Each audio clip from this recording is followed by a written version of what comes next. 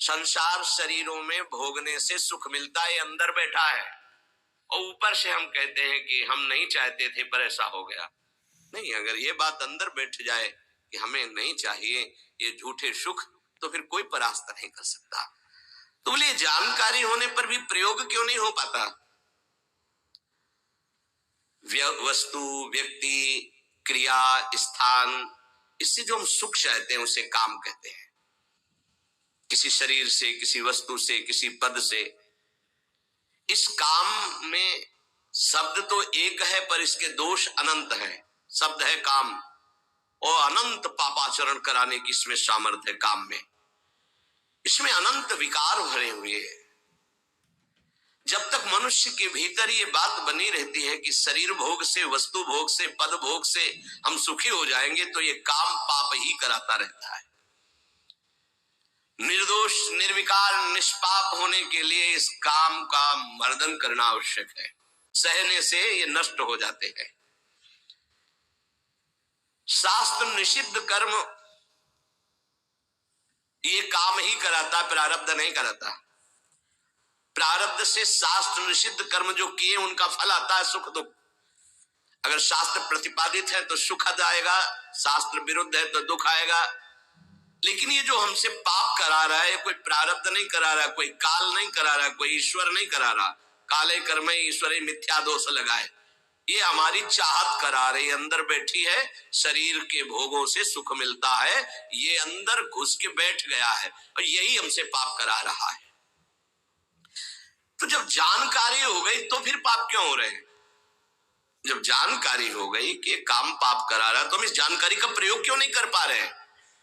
तो बोले धूमे नाव्रियते वह्निर यथा दर्शो मलेन च यथोल्बेनावृतो गर्भस् तथा तेने दमावृतम।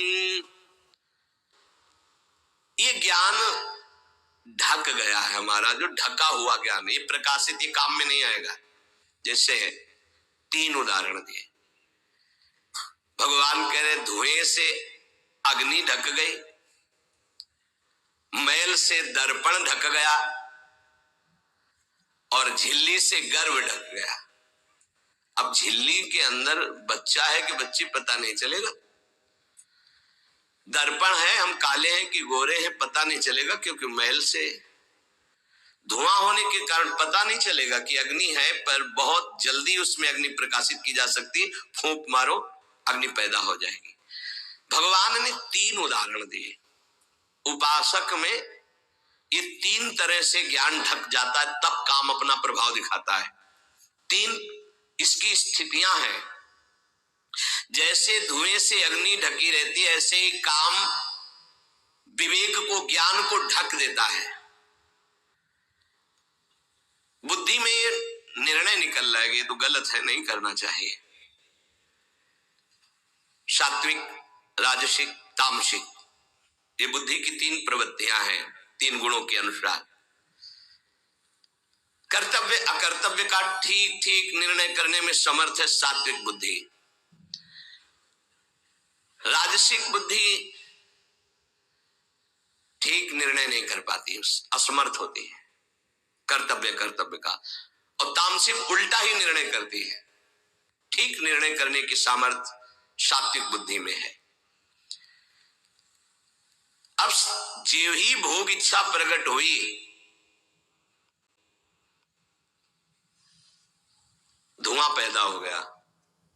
भोगों की न भोगों, पाप तो नहीं बन जाएगा। धुआं है, इसका मतलब अग्नि है, ज्ञान है उसके अंदर। अब अगर उस समय उसको सत्संग मिल जाए, कोई संत की बात चलने लगे, उसका चिंतन वो रोक पावे, तो मानो फूंक मारना है। जैसे धुआं उठ रहा है, 1 2 3 फूंक मारो, आग लग गई, प्रज्वलित हो गया, बच गया। ये पहला बहुत सरल है, बच जाना काम से। धुआं हो जाने पर दिखाई नहीं देता क्या है, क्या ठीक है क्या नहीं ठीक है, पर फूंक मारो तो आग उठी, धुआं खत्म हुआ। ये ज्ञान हो रहा है, बीच बीच में जलन हो रही कि भोगूं कि ना भोगूं, अच्छा है कि नहीं अच्छा है, कहीं पाप तो नहीं हो जाएगा, कहीं गलती तो नहीं हो जाएगी, पर वो धुआं है, नहीं भोग लेते हैं, अवसर मिला है, समय मिला है, भोग ले। ये उस समय उसको चाहिए, तत्काल कोई सहयोगी चाहिए विवेक का। परमार्थिक मार्ग में धुआं पैदा कर देगी। साधक अगर सावधान हुआ तो तत्काल प्रयासरत हो जाता है इस धुएं को हटाने के लिए। फूंक मारने का मतलब कीर्तन शुरू हो गया, वो सत्संग शुरू हो गया, किसी संत के पास तत्काल बैठ गया, उसकी वाणी सुनने लगा, वो धुआं खत्म हुआ। फूंक लगी, आग जली, धुआं खत्म, ठीक निर्णय हो गया। नहीं नहीं, ऐसा नहीं करना। उत्पत्ति विनाशशील जड़ वस्तुओं में प्रियता, महत्ता, सुंदरता, सुखद रूपता, ये काम पहले पैदा करता है।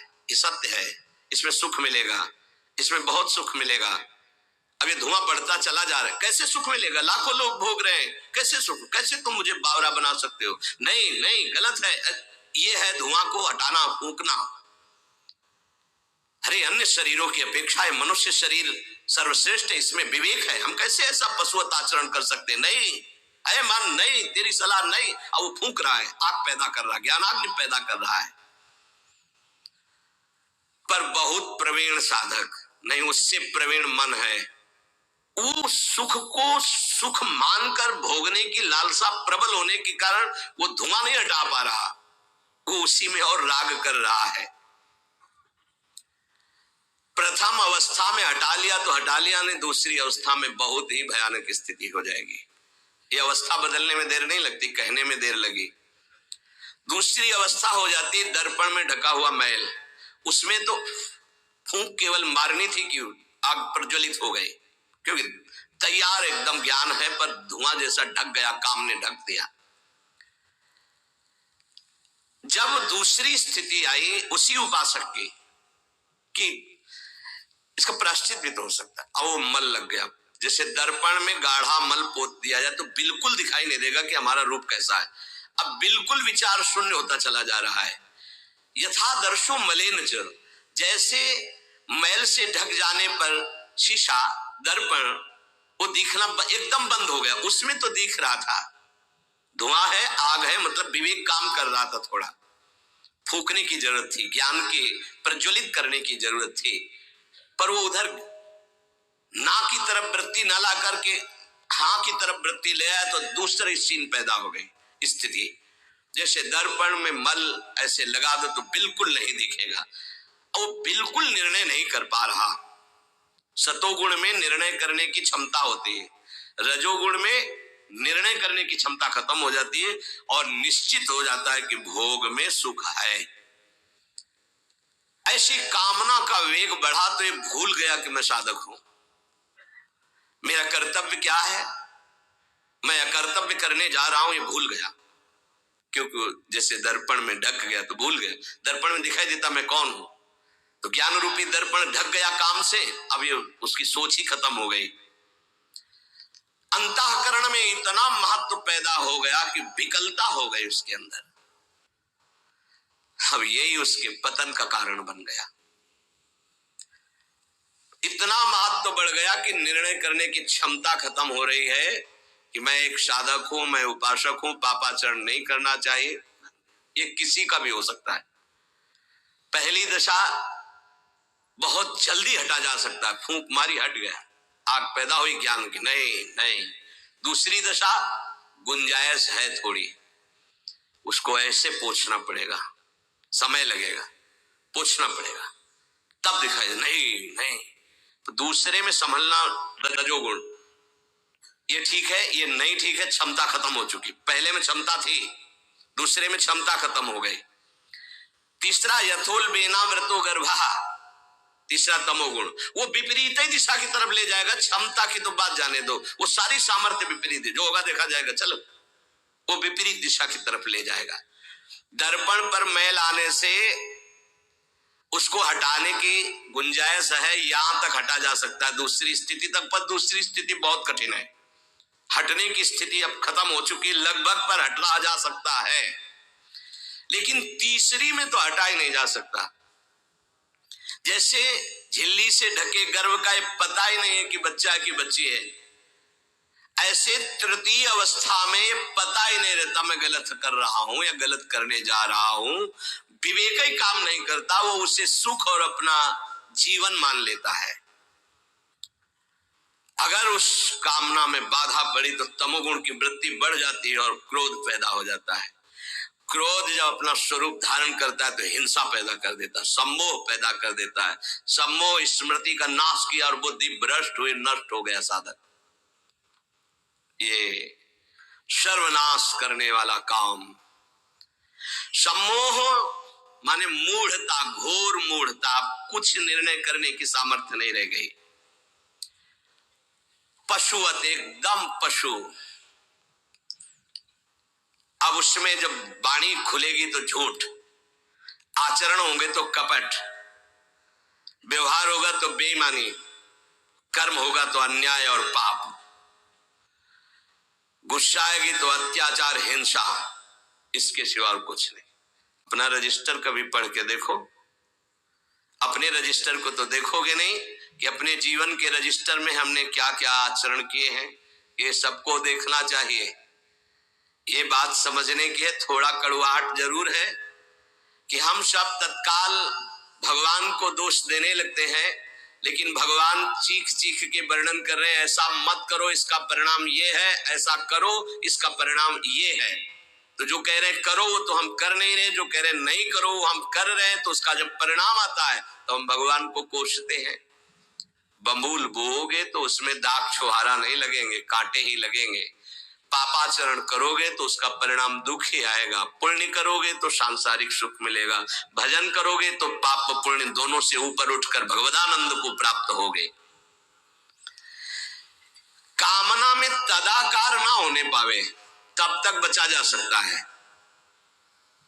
जहां तैयारी बनी सुख भोग की और राजीव आपने दस्तखत कर दे, अब आपको भगवान ही बचा सकते हैं, दूसरा कोई नहीं।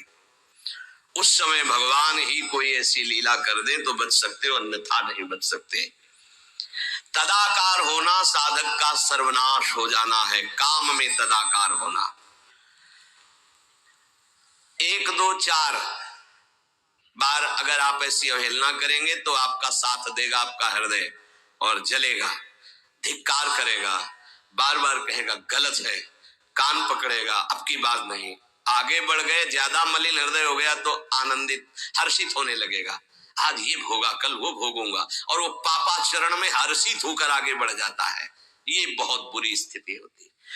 जब तक साधक का हृदय धिक्कार देता है तब तक तो निकलने के चांस रहते हैं कि गलती को गलती मानता है और बार बार कहता अब नहीं करूंगा।